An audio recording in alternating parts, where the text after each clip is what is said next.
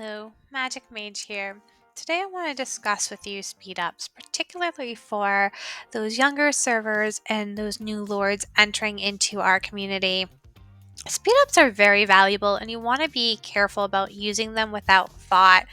Try to save as many as you can for those immortals that are really going to be advantageous in your main march for that end game, particularly when you're playing King of the Hill.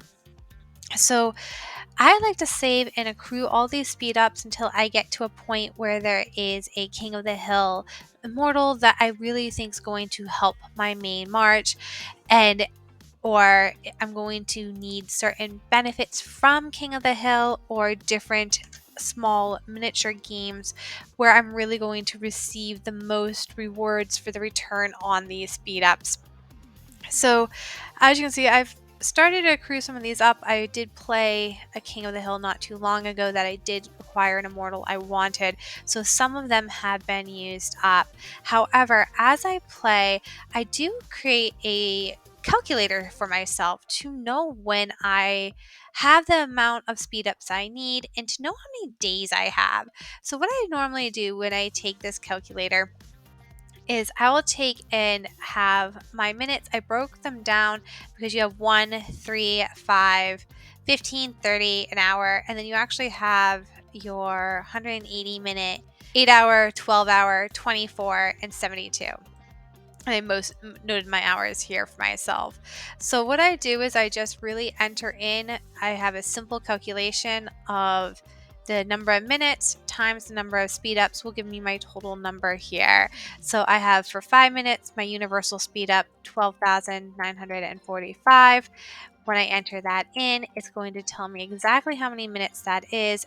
This information all drops down for myself, so I know at this point my total minutes, what that translates in terms to hours and then into days. So I have 44 days of universal speed ups in just my 5 minutes.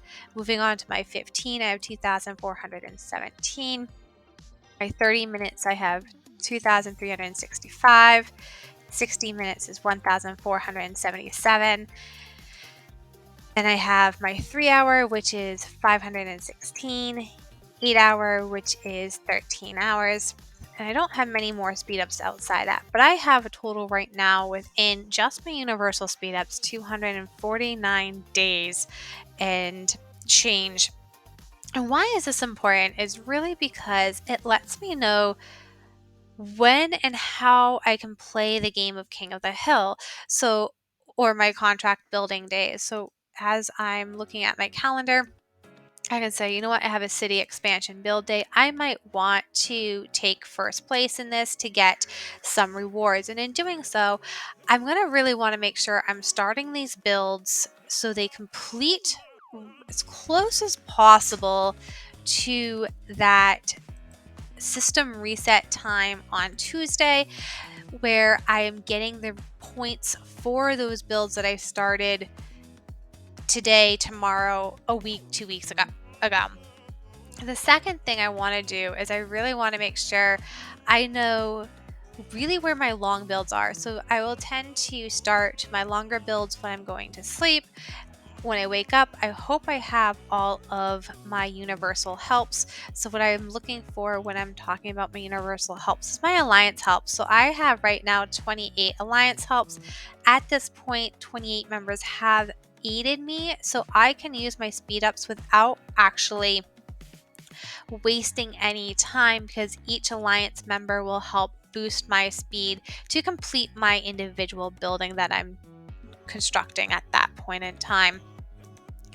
And while that is advantageous, when I'm able to play King of the Hills, sometimes I'm not able to get all of them.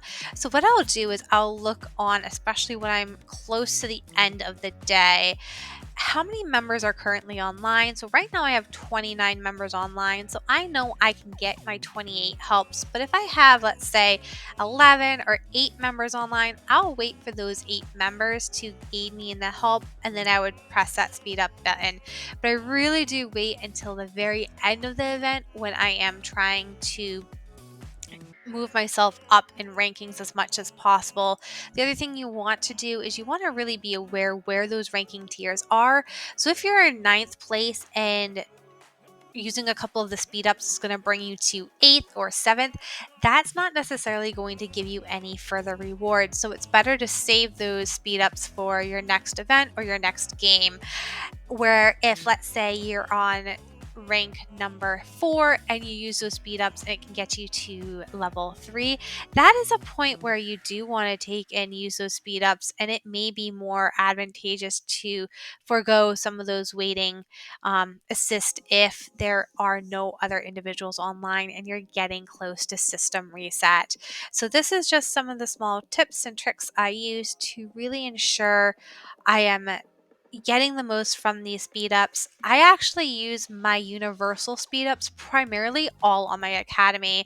And the reason why I use my universal speed ups on my academy over just castle buildings, construction, or even my dragons is this academy research is going to come with me for a long period of time in my game. Each piece actually is advantageous in terms of what it does for me, where my castle does allow me to have troops and it allows me to unlock higher levels of my barracks when I upgrade these to get to T7, T6, T5 troops. But really, for me, I've noticed the best benefit for those universal speedups is that academy. So when most individuals are rushing their King of the Hill buildings, I'm actually rushing my academy research. The other reason why I rush my academy research and not necessarily my buildings is my buildings I have two I can build consistently at the same time if I choose to. I don't have enough resources for that one, but I might have enough for this one. Um, no, rock, rock. Let's see. Yeah, I know I'm shy on resources because I just did a few upgrades. But if I had enough here, I could actually hire a third contract builder. That third contract builder would then give me 3 buildings I'm constructing at once. I do not have the option to hire a contract builder for my academy. So really using those speed ups acts almost as that contract builder where I can do 2 or 3 research um, aspects within my academy in the same time I might have done one. So all my research and my universal speedups go to my academy.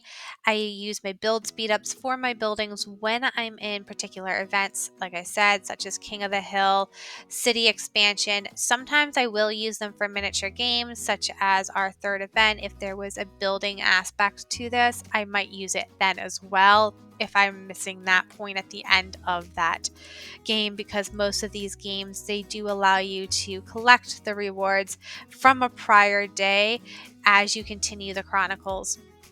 So I tend to span them out and see if I can do them naturally without using any speed ups or extra resources that I could be allocating to other aspects within the game.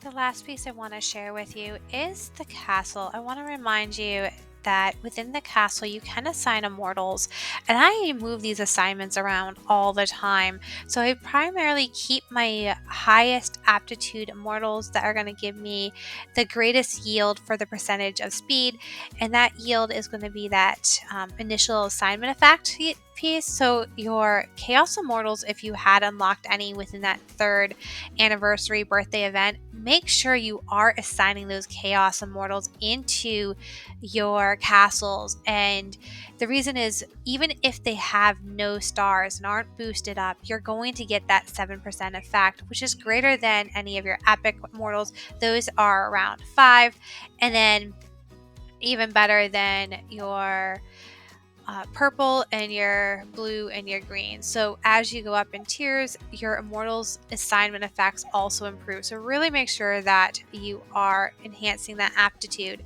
When you are doing any form of buildings or research, I always encourage you to make sure that you're moving those immortals down to your buildings. Once you start your building research, you can move them back to production, because that boost that you're getting from that building and that technology assignment of your immortals stays with you for the life of that build, but you need to make sure those immortals are assigned before you start your building process. Again, make sure you are assigning your immortals before you're building, otherwise you're going to not have the opportunity to see that boost effect for you. The other thing I would always encourage you to do is to ask your leadership team for a boost within your technology, your building, and then your dragon. You can get that 3% boost above and beyond, so just make sure you're utilizing those pieces there. Also remember to look at your talents within your talent tree. You have your building upgrade speed. You also have your dragon increase speed here, and you have that academy research speed here. So make sure that these lord talents are engaged appropriately for the different activities you're doing, and always weigh out whether or not it's worthy of changing your path, because it does cost you 200 gems each time that path is changed. But remember to utilize those lord talents, remember to utilize your buffs, and then make sure you're changing your assigned immortals within your castle. If you have a castle skin, the decoration, you're also going to want to make sure you're changing those out to align with your current tasks that you're undergoing. Some of the skins you can earn. Sometimes you'll see, like I kept this one, I have a 7-day dwelling speed up. I'll probably use that also during a King of the Hill event because it's going to increase my gold. I also have resource gathering speed ups. I have a 7-day piece for that. So some of these you can get from different games where you get like a free 7-day or a 3-day use of it. Make sure you're looking at these. If you have them, make sure you're applying them. You again want these engaged before you are actually doing any of your builds, your research, because you want to make sure that those bonuses are taking effect when you are starting your castle build and your research build. So that's the last piece I want you to take away is while you have those speed ups, make sure you're really getting the most out of these. Make sure that you are getting the most out of your speed ups, your resources, and the times. Don't miss out on your alliance helps from your members. When you do need help, if you notice that you're not getting those individuals that are selecting that helping hand, you can always ask in your chat, hey, can you please make sure that you're hitting that helping hand? You can make sure that you can speed up appropriately. Like I said, if you don't have an event that's going to be advantageous to use those speed ups on, let them grow naturally. Really save all those speed ups for those events where you're going to receive the rewards. Make those speed ups and those boosts really work for you and give you as much as you can, because that's really going to help you with your overall growth, especially if you are a low spender or a free to play member, because obtaining those speed ups might not be as plentiful as if you're buying them. You can purchase speed ups and other resources through different mediums within the game. Within your marketplace, there are a couple of speed ups you can find. So you'll see I have a universal speed up here. I have seen them in our Throne of Supreme shop. When you go into that shop here, you'll notice that you have some speed ups that you can purchase here. So different games and events, you will have different resources you can purchase these speed ups on. I try to actually get as many as I can, just playing naturally and really planning everything out so I am not wasting any resources, and I'm actually able to obtain the speed ups without buying any either.